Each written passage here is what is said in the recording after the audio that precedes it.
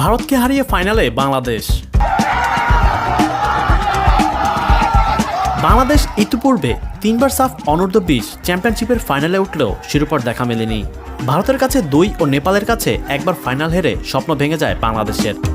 এবার সেই ভারতকে ট্রাইব্রেকারের সেমিফাইনাল থেকে বিদায় করে বাংলাদেশের সামনে এসেছে প্রথমবার চ্যাম্পিয়ন হওয়ার সুযোগ। ভারতকে হারিয়ে সাফ অনূর্ধ্ব-20 চ্যাম্পিয়নশিপের ফাইনালে উঠেছে বাংলাদেশ। সোমবার নেপালে আনফা কমপ্লেক্স অনুষ্ঠিত টুর্নামেন্টের দ্বিতীয় সেমিফাইনালের ট্রাইব্রেকারে ভারতকে 4-3 গোলে হারিয়েছে বাংলাদেশের যুবরা। এবার ভারতকে সেমিফাইনাল থেকে বিদায় করে বাংলাদেশ তৈরি করেছে প্রথম চ্যাম্পিয়ন হওয়ার সম্ভাবনা। বুধবার ফাইনালে স্বাগতিক নেপালকে হারাতে পারলেই অধরা ট্রফিটি উঁচিয়ে ধরার সুযোগ মিলবে। নির্ধারিত সময়ে খেলা শেষ হয় 1-1 গোলে। যুবকদের টুর্নামেন্ট বলে অতিরিক্ত 30 মিনিট খেলা ছিল না। 90 মিনিটের পর সরাসরি ট্রাইব্রেকারের ম্যাচের ভাগ্য নির্ধারিত হয়। নেপালে কাঠমান্ডুর আনফা কমপ্লেক্সে এই সেমিফাইনালের প্রথমার্ধে বাংলাদেশ অপেক্ষা